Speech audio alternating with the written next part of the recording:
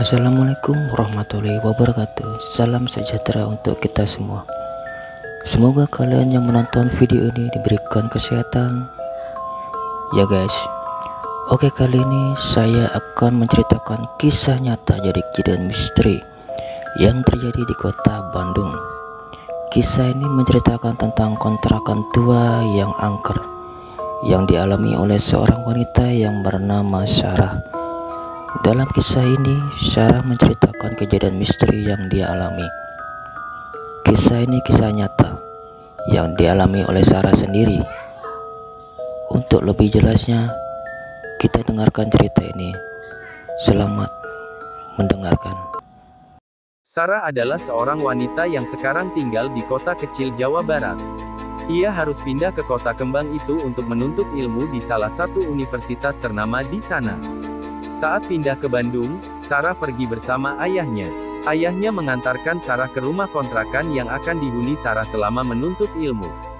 Di kontrakan itu, Sarah juga akan tinggal bersama dua orang saudara sepupunya yang juga menuntut ilmu di tempat dan angkatan yang sama dengannya. Saudara tertua bernama Jani dan saudara yang lebih tua dari Sarah bernama Ava. Sarah merupakan yang paling kecil dari mereka bertiga, maklum baru lulus SMA tahun yang sama. Selama 2,5 jam di perjalanan, akhirnya ia tiba di kota Bandung. Ini adalah pertama kali Sarah tinggal jauh dari orang tuanya. Perasaan campur aduk tentu dirasakan Sarah. Setelah mobil terparkir, Sarah bergegas turun dan mengambil barang-barang bawaannya. Sembari mengangkat bawaan, Sarah dan ayah langsung menyusuri sebuah gang kecil. Berjalan sedikit jauh ke dalam dan sampailah mereka di depan kontrakan itu. Assalamualaikum. Kami mengucap salam sembari memasuki rumah yang pintunya memang terbuka. Waalaikumsalam, Mang, sahut Ajani dan Teh Ava. Rumah tersebut adalah rumah tua dengan 2 lantai dan sedikit tidak terawat. Saat itu, Sarah memaklumi hal tersebut apalagi budget yang ia miliki untuk menyewa rumah kontrakan sangat terbatas. Tangga menuju lantai 2 adalah tangga kayu dengan pegangan kayu. Terlihat asal-asalan dibuatnya. Sarah mendekati tangga dan melihat ke atas. Di ujung tangga tersebut adalah tembok, sebelah kiri ada pintu kecil menuju keluar ke tempat jemuran dan talang air. Dan di sebelah kanan terdapat ruangan tanpa pintu yang hanya bisa dimasuki dengan cara sedikit membungkuk. Ruangan tersebut tepat berada di atas kamar tidur Sarah yang terletak di antara tangga dan kamar Teh Ava. Kamar Teh Ava adalah kamar yang paling dekat dengan pintu utama.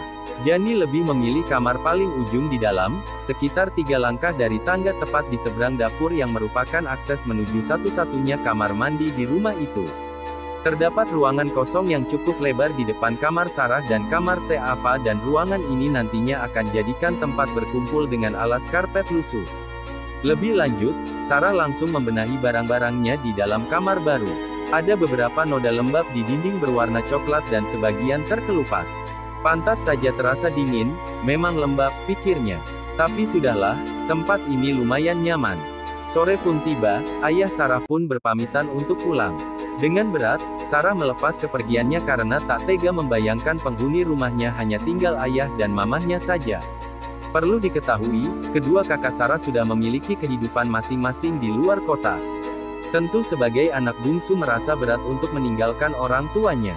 Singkat cerita, 1 bulan menempati rumah tersebut, Sarah tidak merasakan ada yang aneh. Atau mungkin Sarah mengabaikannya karena sibuk pada ospek dan persiapan kuliah. Oh ya, Sarah bukanlah sosok yang indigo. Namun, ia terkadang bisa merasakan keberadaan makhluk halus di sekitarnya. Sampai pada suatu hari, saat itu kegiatan belajar sudah berjalan dan tugas-tugas mulai berdatangan, Sarah harus pulang ke kontrakan sekitar pukul 7 malam dan langsung tertidur. Setelah lama Sarah tertidur, ia terbangun dengan keadaan sekelilingnya yang gelap sekali. Biasanya kalau malam lampu tersebut dinyalakan dan cahayanya masuk lewat jendela di atas pintu kamar dan lewat sela-sela pintu yang rapuh. Saat itu, Sarah meraba-raba mencari HP dalam gelapan, ternyata ada telepon dan SMS masuk selama ia tidur. Dari kedua saudaranya yang mengabarkan mereka tidak bisa pulang karena mengerjakan tugas kelompok di kos temannya.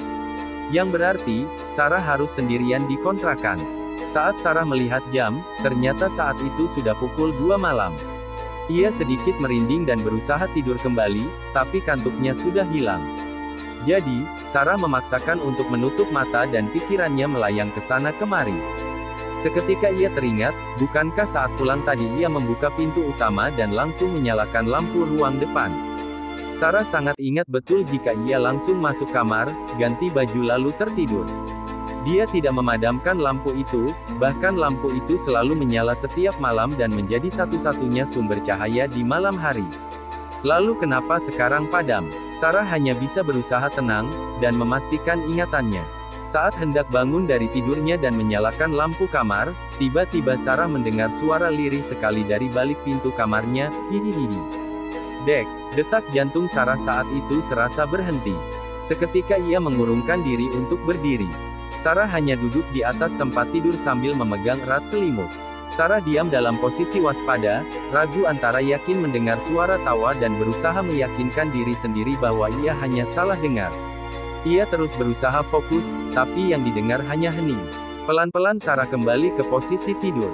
Berhati-hati sekali seakan-akan membangunkan sesuatu yang ia pun tak tahu apa. Suara langkah kaki kecil berlari melintas di depan kamarnya. Otak Sarah langsung merespon jika itu adalah tikus. Tikus. Yaitu tikus. Atau mudah-mudahan tikus di pikirannya. Belum selesai ia meyakinkan diri sendiri, suara lain membuatnya kaku sekaku-kakunya. Duk, srek, duk, srek. Suara sesuatu diseret. Seperti orang yang berjalan pincang dengan satu kaki diseret, berkeliling di ruangan depan kamarnya. Sesekali mendekati ke arah kamar Sarah ke arah kamar Teh Ava dan berputar lagi. Hihihihi. Suara tertawa lirih itu muncul lagi. Kali ini, Sarah yakin jika ia tidak salah dengar. Dengan ketakutan, Sarah menutup seluruh tubuhnya dengan selimut sembari memejamkan mata rapat-rapat. Keringat membasahi bajunya. Saat itu Sarah berusaha membaca ayat apapun yang diingatnya. Tapi tidak satu pun lancar diucapkannya. Terbesit dalam pikirannya untuk bangun dan menyalakan lampu kamar. Pikirnya kalau terang ia akan lebih tenang. Tapi di sisi lain, Sarah merasa takut jika dengan menyalakan lampu ia malah akan melihat sosok-sosok yang sedang mengganggunya. Entah berapa lama Sarah diam dalam posisi yang sama. Tidak bergerak dan suara-suara itu tidak kunjung pergi. Ia tidak berani membuka selimut, takut justru mereka akan muncul di depan mukanya. Padahal kondisinya saat itu sudah basah kuyup oleh keringat. Mungkin karena tubuh Sarah lelah setelah tegang dalam waktu lama, akhirnya ia pun tertidur dengan sendirinya. Sarah terbangun saat azan subuh berkumandang, suara-suara aneh itu sudah hilang. Meski sedikit lega karena ada suara-suara orang di gang berjalan menuju masjid untuk salat subuh, tapi rasa takut Sarah masih sangat besar. Menceritakan ulang saat dirinya masih tinggal di rumah itu. Dan mereka mengontrak selama 1 tahun, artinya Sarah harus bertahan selama 11 bulan ke depan. Setelah kejadian itu, ia hanya merasakan beberapa gangguan-gangguan kecil menimpanya seperti barang berpindah tempat sendiri, selimut ditarik saat tidur, atau melihat sekelebat bayangan melintas. Singkat cerita, bulan Ramadan telah datang, gangguan kecil itu mulai berkurang, meski tidak 100% hilang. Lebih lanjut, Geral adalah tetangga Sarah yang bertempat tinggal di ujung gang. Dia adalah anak band yang gaul dan cocok berteman dengan Sarah karena kepribadiannya yang asyik. Sejak pertemuan pertama mereka jadi semakin akrab, hingga akhirnya pada suatu malam mereka memutuskan untuk sahur bersama di salah satu kafe di Lembang.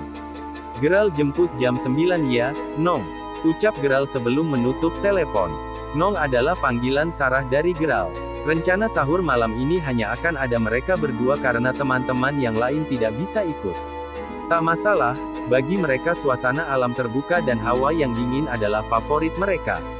Saat itu, Sarah baru saja selesai meeting dengan anak-anak band. Ia bergabung menjadi salah satu vokalis di band tersebut. Hobi Sarah memang bernyanyi dan kebetulan band Sarah dan band Geral ada dalam satu base camp. Base camp yang dimaksud adalah rumah di daerah Buah Batu milik Horis, salah satu personil band. Geral tidak ikut meeting karena suatu hal, sehingga ia memutuskan untuk pulang diantarkan oleh dramernya. Sesampainya di rumah, Sarah segera berbuka dan salat maghrib. Masih lelah, ia mengunci pintu dan berbaring sambil membaca pesan yang masuk. Dan Sarah pun tertidur. Dalam tidurnya, Sarah bermimpi bertemu Geral. "Ayok berangkat," ajak Geral. Sarah menggeleng enggan pergi, entah kenapa ia tahu jika sedang bermimpi. Tiba-tiba Geral berubah menjadi menyeramkan dan berteriak marah. Ayo pergi, teriaknya. Seketika ia langsung terbangun dari tidur karena kaget. Dan dalam keadaan masih sangat mengantuk, mata Sarah tertuju pada seseorang yang duduk menunduk di ujung kasur dekat kakinya. Seorang laki-laki memakai topi mirip Geralt. Mata Sarah semakin berat, rasa kantuknya semakin tak tertahankan. Tidak biasanya ia begitu. Ia kemudian menutup matanya dan tiba-tiba ingat jika pintu kamarnya sudah dikunci sebelum Sarah tidur. Lalu bagaimana Geralt bisa masuk? Tetoot, tetoot. Suara ringtone HP Sony Ericsson tanda telepon masuk berbunyi. Halo, Nong. Geralt bentar lagi jemput. Udah siapkan? Cecar Geralt bersemangat. Ralph, lo tadi ke kamar gue? Tanya Sarah mengabaikan pertanyaan Geralt. Gatuh. Geralt baru pulang ini langsung telepon kamu. Sarah diam dengan kantuk yang mendadak hilang. Sarah langsung berdiri menyambar pegangan pintu dan masih dalam keadaan terkunci. Nong woi, teriak Geralt di telepon. Iya 15 menit lagi jemputnya, gue salat isya dulu. Sahutnya. Ia tutup telepon dan segera keluar dari kamar. Ajani sedang bersila di ruang depan kamar Sarah sambil bermain HP. Tadi Geralt kadiuter. Tadi Geralt kesini ga? Tanya Sarah. Tak ayah, gak ada, jawab Ajani tanpa berpaling dari HP-nya. Nu balek, yang benar, ujar Sarah kembali berusaha meyakinkan. Balek sadinten tak ayah tamu, beneran seharian ini gak ada tamu, yakin Ajani. Sarah terdiam dan berusaha mengabaikan. Mungkin mereka lagi iseng. Sarah segera mengambil wudhu dan salat. Setelah selesai salat, ia bersiap-siap untuk segera pergi ke Lembang. Karena Lembang sangat dingin dan mereka pergi menggunakan motor, Sarah memakai jaket yang paling tebal, tidak lupa syal rajut kesayangan warna pink. Geralt sudah datang, mereka pun pergi menuju Lembang tanpa tahu sesuatu sedang menunggu mereka. Motor yang mereka tumpangi berjalan pelan karena masih di dalam komplek perumahan. Mereka tidak berbicara satu sama lain dan hanya sibuk dengan pikirannya masing-masing. Ketika mendekati sekolah SMA, Sarah melihat seorang kakek berjalan pelan. Sarah terus memperhatikan kakek tersebut tanpa sadar. Kakek tersebut berada jauh dari motor mereka, posisinya di sebelah kanan jalan dan berjalan membelakangi Sarah dan Geralt. Semakin lama semakin mendekat, hingga di pertigaan SMA, kakek itu mengambil jalan ke kanan, persis seperti yang akan mereka lakukan. Setelah kakek itu belok kanan, dalam hitungan 2 detik mereka pun mengambil jalan yang sama dengan si kakek. Kanan kiri jalan. Saat itu, tepat di tanjakan sebelum kafe yang akan mereka datangi, Sarah melihat seekor kucing hitam melintas di tengah jalan dekat sekali dengan lintasan mereka. Tetapi Geralt sama sekali tidak memperlambat kecepatan motor. Refleks Sarah menepuk pundak Geralt sambil berteriak. Ralph, kucing. Launan. Ralph, kucing. Pelanin. Teriak Sarah sedikit tertahan sambil menunjuk-nunjuk kucing tersebut. Tanpa babi bu Geralt malah tancap gas membuat Sarah sedikit terjengkang. Cicing siah, Nong. Wah nanaon. Diem kamu, Nong. Gak ada apa-apa, balas Geralt sewot. Sarah kemudian bengong dan berbalik ke belakang melihat ke arah kucing tersebut duduk dan memang tidak ada apa-apa di sana. Kosong, dan ia pun shock karena jelas-jelas kucing hitam tadi bukan halusinasi. Lanjut, mereka pun akhirnya sampai di kafe. Mereka segera turun dan memilih saung dan kemudian memesan Indomie keju kornet. Sarah memesan teh manis panas, sedangkan Geralt memesan kopi. Sebenarnya, saat itu Sarah masih gelisah karena kejadian terakhir. Tapi, mereka sudah sepakat tak mau membahas dan berusaha mencari topik obrolan lain. Sarah pun lupa karena larut dalam suasana malam yang dingin. Langit cerah berbintang ditemani minuman hangat rasanya nikmat sekali. Tak terasa waktu imsak datang, tanda mereka harus segera pulang agar bisa menunaikan salat subuh. Kami meminta bil, saat waitress datang menyerahkan bil, dia bertanya. Teh, bade uiha ayeuna leres. Teh, mau pulang sekarang ya? Tanyanya. Iya jawab Sarah dan Geralt berbarengan. Yakin? Sahutnya menyelidik. Iya biar keburu salat subuh, Geralt membalas. Sok atuh, hati-hatinya di jalan, ujarnya. Iya anuhunnya, iya makasih ya, sahut Sarah. Mereka berjalan menuju kasir dan terjadi lagi percakapan yang serupa. Kasir tersebut meminta Sarah dan Geralt untuk berhati-hati. Tanpa curiga, mereka pun membayar dan pergi ke parkiran. Tukang parkir menghampiri mereka. Dan tebak, percakapan yang sama terulang lagi. Berujung tukang parkir tersebut meminta mereka untuk berhati-hati. Seketika Sarah dan Gerald pun saling pandang, paham akan perasaan tidak enak yang sekarang mereka rasakan. Dan ternyata, beberapa kejadian yang Sarah alami sebelum berangkat hanya intro. Kalau saja ia tidak cuek dan lebih memperhatikan tanda-tanda. Kalau saja Sarah tidak memaksakan pergi setelah mengalami dua kejadian pertama, Sarah dan Gerald tidak akan mengalami kejadian ini. Tanpa curiga, mereka pun membayar dan pergi ke parkiran. Tukang parkir menghampiri mereka. Dan tebak, percakapan yang sama terulang lagi. Berujung tukang parkir tersebut meminta mereka untuk berhati-hati. Seketika Sarah dan Gerald pun saling pandang, paham akan perasaan tidak enak yang sekarang mereka rasakan. Dan ternyata, beberapa kejadian yang Sarah alami sebelum berangkat hanya intro. Kalau saja ia tidak cuek dan lebih memperhatikan tanda-tanda. Kalau saja Sarah tidak memaksakan pergi setelah mengalami dua kejadian pertama, Sarah dan Gerald tidak akan mengalami kejadian ini.